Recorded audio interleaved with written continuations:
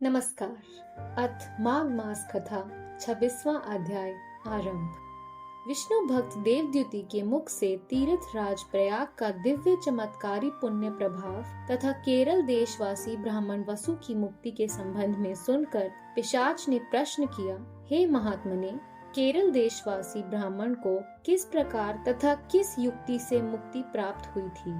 यह प्रकरण मैं आपसे विस्तार पूर्वक सुनना चाहता हूँ। कृपा कर इसे विस्तार पूर्वक सुनाने का कष्ट कीजिए। पिशाच के प्रश्न को सुनकर महात्मा देवद्युति ने कहा, हे पिशाच, प्राचीन काल में केरल प्रांत में वसु नाम का एक विद्वान ब्राह्मण निवास करता था। संपूर्ण शास्त्रों का ज्ञाता, वेदों का मर्मज्ञ और वेद पारगामी ब्राह्मण वसु यद्यपि एक विद्वान ब्राह्मण था, किंतु उसके कार्य पूर्णतः अधार्मिक तथा अनीति युक्त थे। वह दान, जप, तप, यज्ञ, हवन तथा ईश्वर भक्ति इत्यादि कोई भी धार्मिक कृत्य नहीं करता था। वह न तो अपने माता पिता तथा गुरुजनों का आदर करता था और न ही उनकी सेवा ही किया करता था। वह पूर्णतः अधार्मिक था। उसके अधार्मिक तथा अत्याचारी कृत्यों से उसके स्वजन संबंधी, माता पिता तथा गुरुजन इत्यादि सभी दुखी एवं असंतुष्ट थे। उन्होंने उसे सुधार कर सन्मार्ग पर लाने के लिए अनेकों प्रयास किए, परंतु उन्हें सफलता नहीं मिली। तब सबने मिलकर आपस में मंत्रणा की और उसकी संपत्ति छीनकर उसे घर से निकाल दिया। इस प्रकार परिवार से बहिष्कृत और घर से निकाल दिए जाने के कारण वसु पूरी तरह असहाय, दुखी और निर्धन होकर देश विदेश तथा प्रांत प्रांत भटकने लगा। वह निर्धनता, शक्तिहीनता तथा एकाकीपन से दिन रात ही व्याकुल तथा दुखी रहने लगा। उसे भूख प्यास का कष्ट भी दिन रात सताने लगा। उसके दुखों की कोई सीमा नहीं थी और न कोई अंत था। इस प्रकार देश देशांतर में भ्रमण करते हुए तथा भटकते वह किसी प्रकार विंध्याचल पर जा पहुंचा। वहां भी दुखों और कष्टों से उसे छुटकारा नहीं मिला।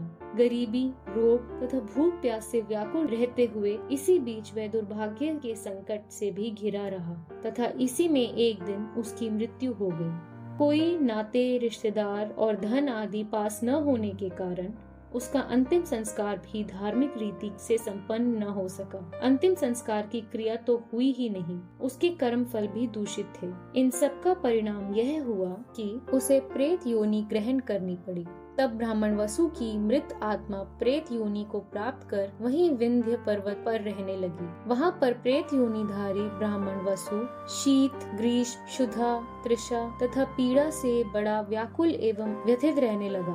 वह सदैव ही दुखी होकर लंबी लंबी सांसें लेता हुआ जहाँ तहाँ हाय हाय करता हुआ भटकता रहता था। वह दिन रात ही व्याकुल तथा पीड़ित रहता था। उसे बिल्कुल भी सुख और शांति नहीं थी। इतनी कथा सुनकर महर्षि वशिष्ठ जी ने महाराजा दिलीप से कहा, हे राजन, जो मनुष्य हवन नहीं करते हैं, दान और जप तप इत्यादि कोई धार्मिक कृत्य नहीं करते हैं तथा सदैव ही भगवत भजन तथा देवाधिदेव भगवान विष्णु की आराधना से विमुख रहते हैं, ऐसे मनुष्यों को क्रिया भ्रष्ट तथा कृत्यहीन समझना चाहिए। इसी प्रकार जो व्यक्ति पावन दिव्य तीर्थों का सेवन नहीं करते हैं और वहाँ जाकर धार्मिक कृत्य नहीं करते तथा कभी भी भिखारियों तथा अभ्यागतों की सेवा नहीं करते तथा अन्न, वस्त्र, स्वर्ण, फल, मिष्ठान, जल एवं मणि इत्यादि का भी दान नहीं करते, वे सदैव ही अधार्मिक तथा धर्म रहित माने जाते हैं। ऐसे लोक निंदित तथा धर्म वर्जित कृत्यों को करने वाले मृत्यु के पश्चात नरक यातना तो भोगते ही हैं। इनका पुनर्जन्म भी भूत, प्रेत, राक्षस, पिशाच तथा कीट पतंगों की योनियों में होता है।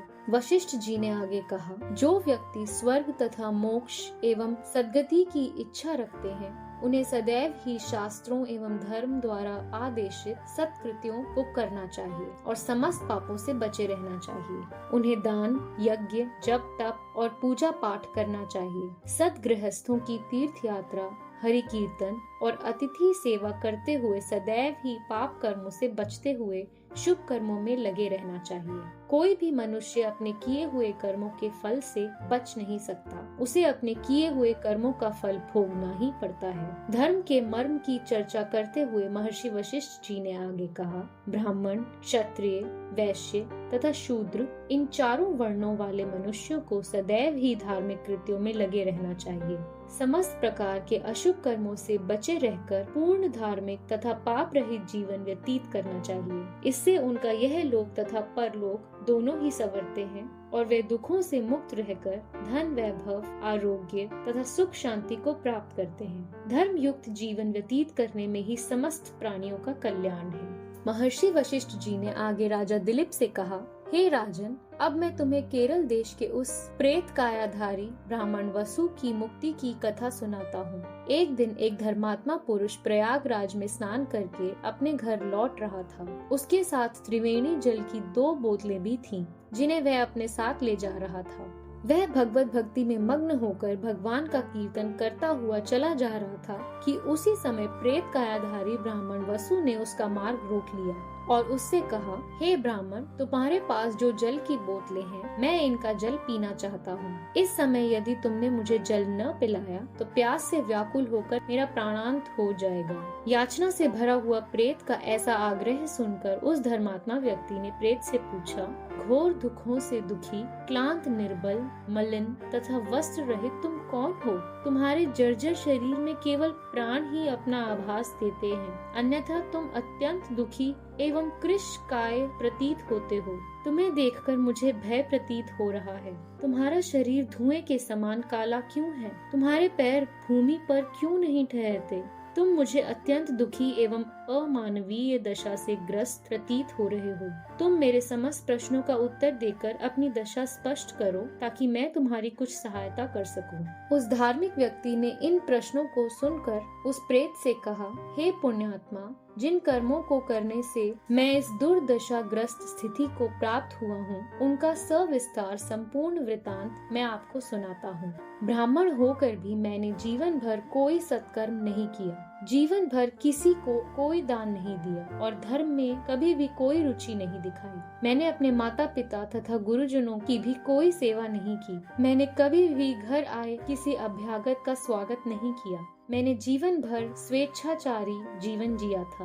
मैं सदैव ही भगवान की भक्ति और पूजा अर्चना से विमुख रहा और मैंने जीवन भर अनेकों पाप कर्म तथा पर पीड़न के कृत्य किए थे। प्रेत ने रोते हुए आगे कहा, हे ब्राह्मण, अब मुझे अपने पूर्व जन्म में किए गए इन समस्त पापों को स्मरण करके पश्चाताप हो रहा है। मेरे अपकर्मों के प्रभाव से मेरा ज्ञान, बुद्धि तथा विवेक पूर्ण रूप से नष्ट हो चुका है। मेरा दुर्भाग्य इतना बड़ा है कि इस वन में समस्त प्रकार के फल, फूल, कंद, मूल तथा निर्मल जल से परिपूर्ण जलाशय विद्यमान होने पर भी मैं सदैव भूख और प्यास से व्याकुल होकर भटकता रहता हूँ। मेरे पाप कर्मों से मेरा दुर्भाग्य इतना प्रबल है कि मैं न तो लताओं और वृक्षों के फल तोड़कर खा सकता हूँ, न कंद मूल फल खा सकता हूँ और न ही पेट भरकर जल पी सकता हूँ। अपने पूर्व जन्म के पाप कर्मों के कारण ही मुझे यह प्रेत योनि प्राप्त हुई है।